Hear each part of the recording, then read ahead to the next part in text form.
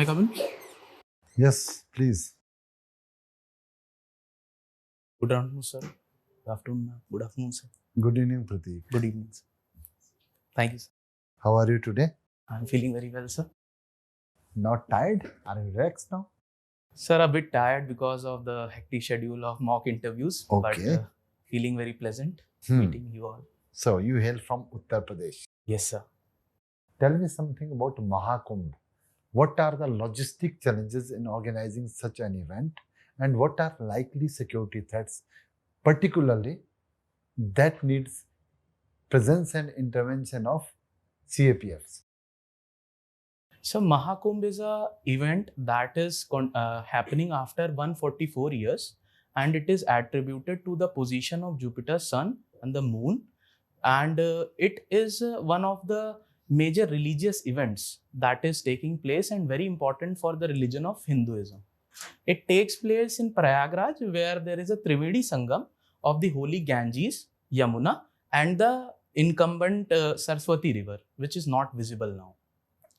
Coming to the challenges of holding a major event, which holds around 10 to 15 crores of devotees attendance, the major challenge is in the dealing of the people itself, because the people are not well educated earlier about how the civic sense have to be followed. So these are the challenges which we have to teach the people itself. Apart from it, other logistical challenges include the housing challenges and accommodation challenges, the entry and exit of the people. Apart from that, the people on the ghats itself, where the bathing is taking place, there are challenges of them drowning as well as stampede. And the role of CAPF is very important. In fact, a battalion of BSF was also planted over there for controlling the stampede and other unlikely situations. CAPFs not only help in guiding the people and preventing any such unfortunate happening that may happen, but also in case of any medical emergency, they are handling the situation very well. Okay. I'll answer. You have mentioned that there are situations like stampede. Stampede can happen in any installation. For example, recently in New Delhi railway station, a stampede happened at a given point, and it was not that magnitude of crowd which is there at Mahakumbh. Still, it happened. So, and can we just attribute it to the lack of awareness and education of the people? Sir, Are we blaming the victim for the? No, sir. We should always sympathize with the victims, but these are the prerequisite challenges and the steps that are required. But for handling the stampede situation, we also need to see that any such instance doesn't happen, that any rumor spreads among the people, such as it was reported by some national news channels that the stampede in Mahakumbh was due to the reason that people said that this is a holy time, in which there will be more blessings if you take the holy dip at that particular time. And people started to wait on the ghats. Unfortunately, the crowd management couldn't be done at the time of the night, and hence many people who were sleeping and relaxing on the ghats had to face this misfortunate event. However, why should people be sleeping on the ghats on such an occasion? Sir, we have to also see the socio-economic backgrounds of the people, because everybody cannot afford to take a lodge which were costing around 2,000 rupees for a night in the Prayagraj itself. I myself went to the Mahakumbh and attended it. What are other security challenges? Sir, in particularly to Mahakumbh? Any gathering, per se. Sure, sir. Sir, in any gathering, social gathering, other challenges may include the challenges of fire. There may be also challenges of infrastructure collapse. Apart from it, there may be challenges such as crowd management. There can't be a terrorist activity like one happened in Pahalgam. Definitely, sir. Any terrorist group always see that if they can create fear mongering among people, So they always search for such events where maximum amount of casualty or fear mongering can take place. And these are super spreader events, in fact, for any such fear psychosis among people. Okay, thank you, sir. Prateek, tell me something very briefly about Indus Water Treaty. Sir, Indus Water Treaty is a treaty which was brokered by the World Bank between India and Pakistan post-independence. And this treaty relates to the 6 rivers that are in the Indus Basin, including coming from north to south, the Indus River. Tell me only about the western flowing rivers. Yes, sir. The western flowing rivers are the rivers in the Indus Valley which are flowing to Pakistan from India, and these include the Indus, Jhelum and Chenab rivers. Around 85% of the water of these 3 rivers is flowing to the Pakistan. India is only allowed to construct runoff water projects over it, and it cannot divert the water, maximum amount of water, for its own consumptive uses such as agriculture. Is there a particular figure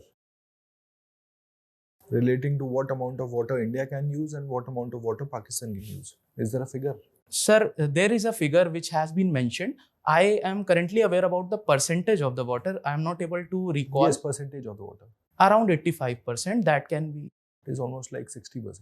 Okay, sir. Sorry, sir. Tell me about 2 hydroelectric projects being constructed on the western flowing rivers, which would, affect the flow of water in Pakistan. Yes, sir. Sir, 2 major projects include the Ratle project, hydroelectric project, and the Kishan Ganga hydroelectric project. Ratle is on which river?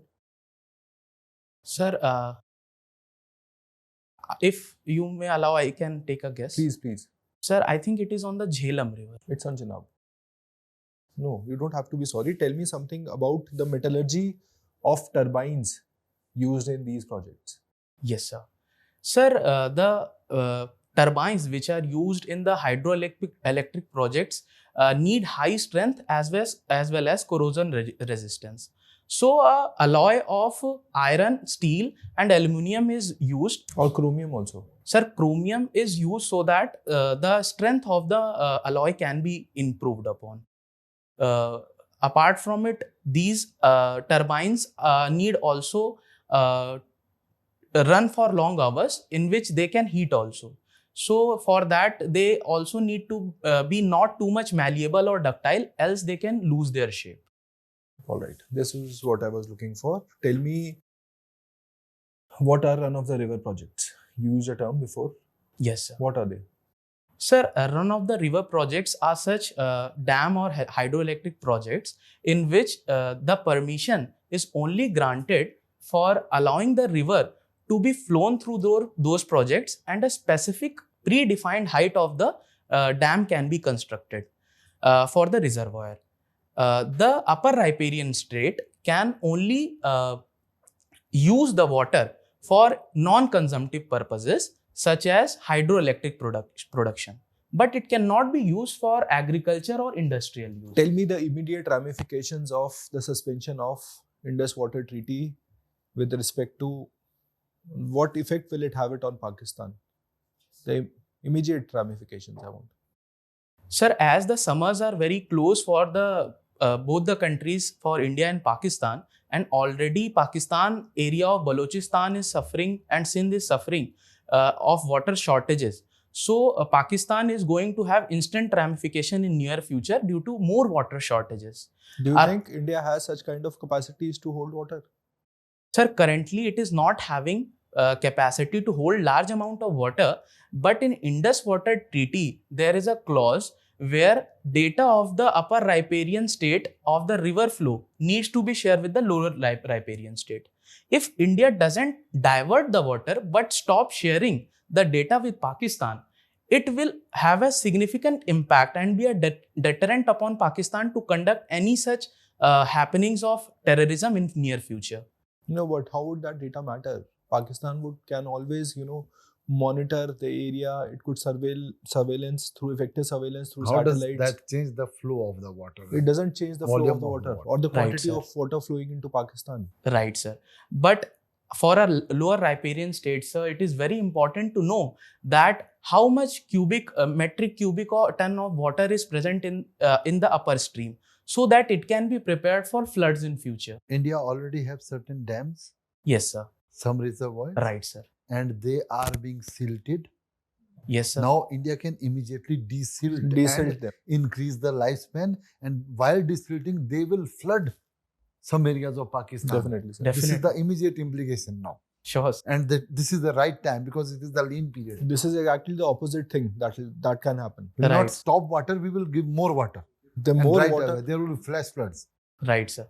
In fact, sir, India does have a program which is called as dams, where the rehabilitation and improvement upon the dams is taking place. It is already in its phase 2. So we can definitely use that project for the desiltation of the the runoff. more. So please. Thank you, sir. So Prateek, could you tell me which force guards this Indo-Pakistan border?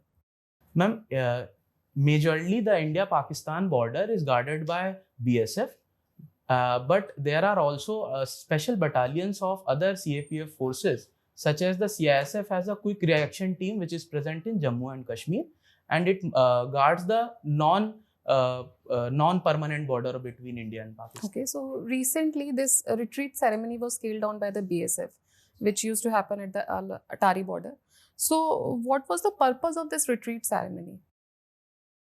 Ma'am, the purpose of this ceremony on the Wagha-Atari border dates back to the cultural significance which used to be holding place between India and Pakistan, and there were some historical reasons behind it.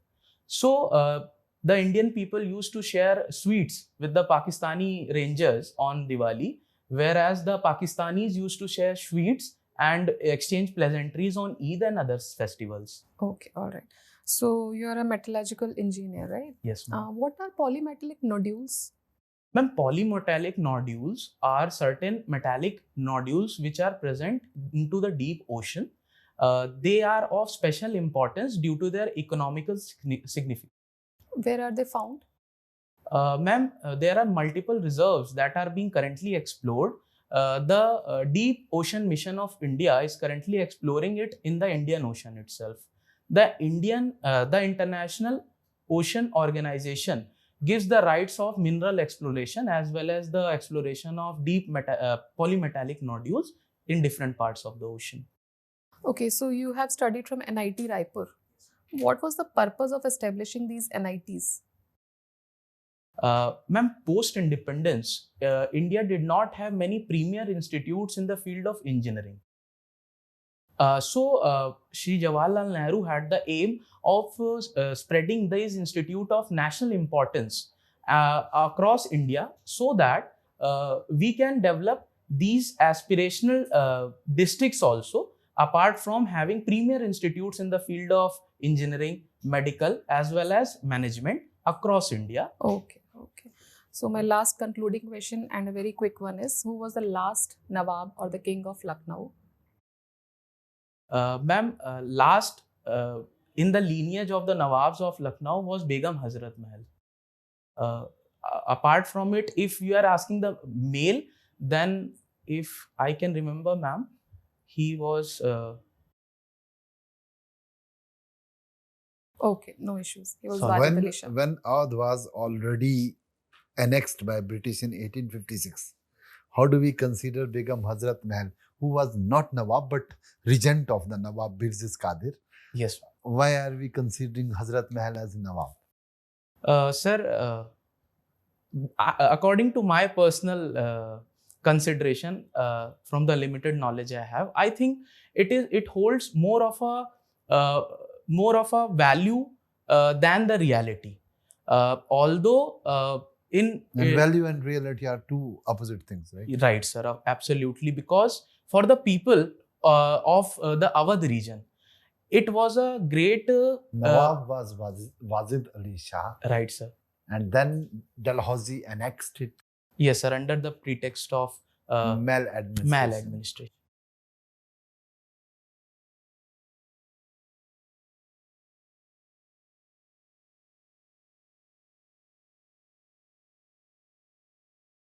Are we confusing IITs with NITs?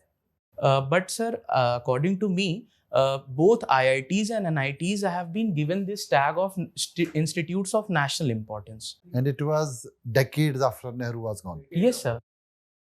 But sir, the seeds of establishing such premier institutes, I think so, must be credited to Shri Jawaharlal Nehru, because it was his vision.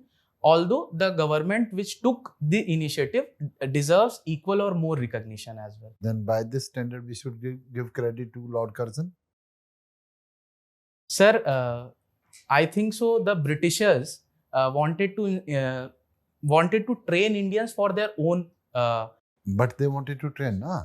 Yes, sir. Roorkee Definitely. Engineering College was there. Yes, sir. Then- Yes, sir. Roorkee Engineering College, which later became IIT Roorkee, in fact, was present, but they had their old ulterior motives. So had Nehru. Sir, I would beg to differ upon it. Okay. Thank you. It was on a lighter vein. We'll get back to you in 2 minutes. Thank you, sir. Thank you, sir. Thank you, ma'am. Please. Sir, may I come in? Do. Thanks. Now interview is over, informal. Okay, sir. How do you feel? I feel very well, sir. Okay. You have already appeared in mocks. Yes, sir. 2 to 3 mocks I have appeared.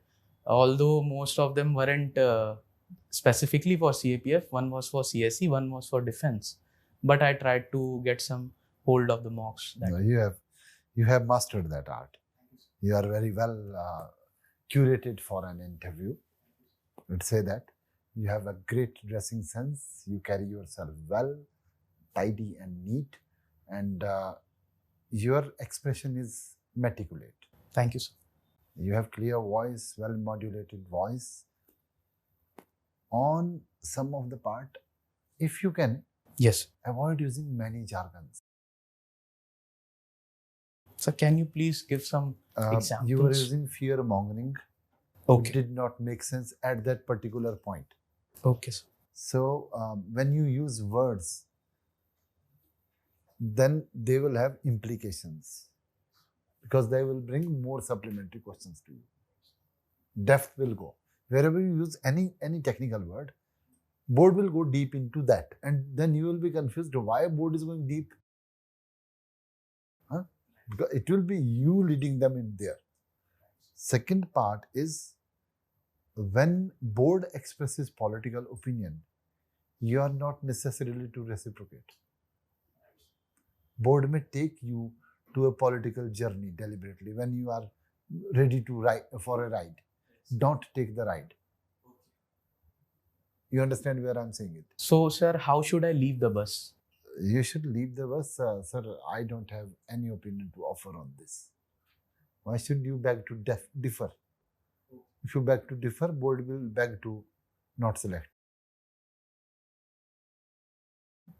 On political questions. Place Where safe. you are factually correct, you are factually correct. Even if there you should not insist. You should say, to the best of my knowledge, as of today, this is the case. I'll go back and check my facts.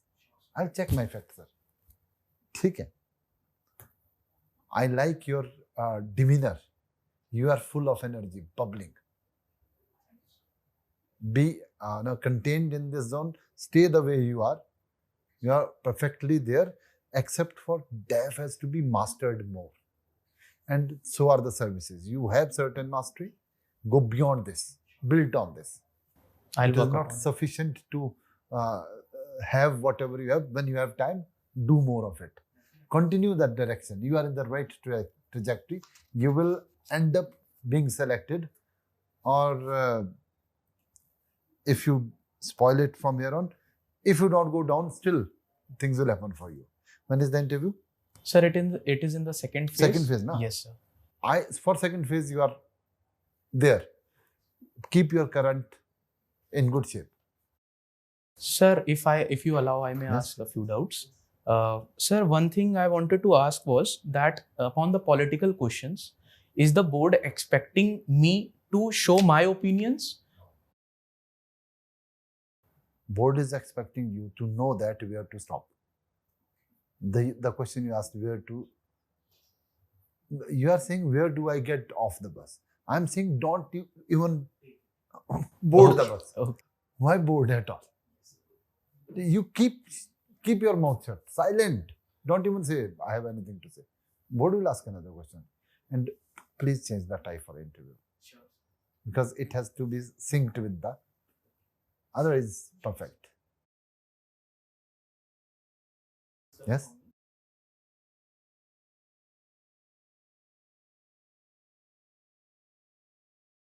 The rule is, when you enter, you will always be seeing the chairperson. Wish the chairperson. Look at the lady member. Wish the lady member. And then wish the rest of the members. That will win you favor of the lady member immediately. She'll be supportive of you. That is one case. Other case I can't say. That's what has worked for me in interviews when I went in. Your own experience. And do not be, you hesitated in the beginning. You said good afternoon, I said good evening, it's fine. It's always fine. That should not startle us. It does happen, it's fine.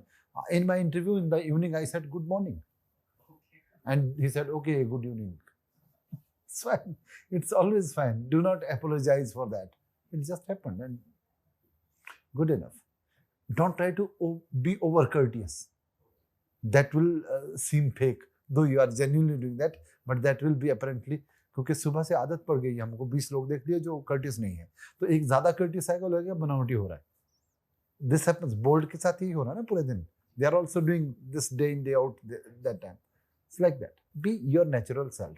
That will sell for you. Sir, one off the topic question. Sometimes I am said in the mocks that I have wasted my knowledge of engineering by switching streams and preparing for any competitive exam. For example, now I am pursuing my PhD in geography. So you are leveraging your knowledge. इसमें क्या गड़बड़ है? So I'm sometimes advised that if such question is asked, then I don't have to. Most successful people of the world are not successful in the field of their stream. Unfortunately, that is the And reality. most of them are not following each other. So I'm following the league of the leaders. Okay. Khatam. Okay, You don't I'll have try to to worry use about this. it. I am also from an NIT. You don't have to worry about it. You just have to, it's always, decisions can be always taken when you are more informed, when you have more knowledge, Right, sir. right? You have been in Vedanta, you have worked with people on the ground. Your preparation there has helped you think of this here. That's all. Right, sir. But sometimes they accuse, although I So- know that they are saying because they want to instigate. Same medicine do not have same effects on everybody. That's where it is. Okay, that's all, sir. Thank you. Thank you, sir. Thank you. Thank you.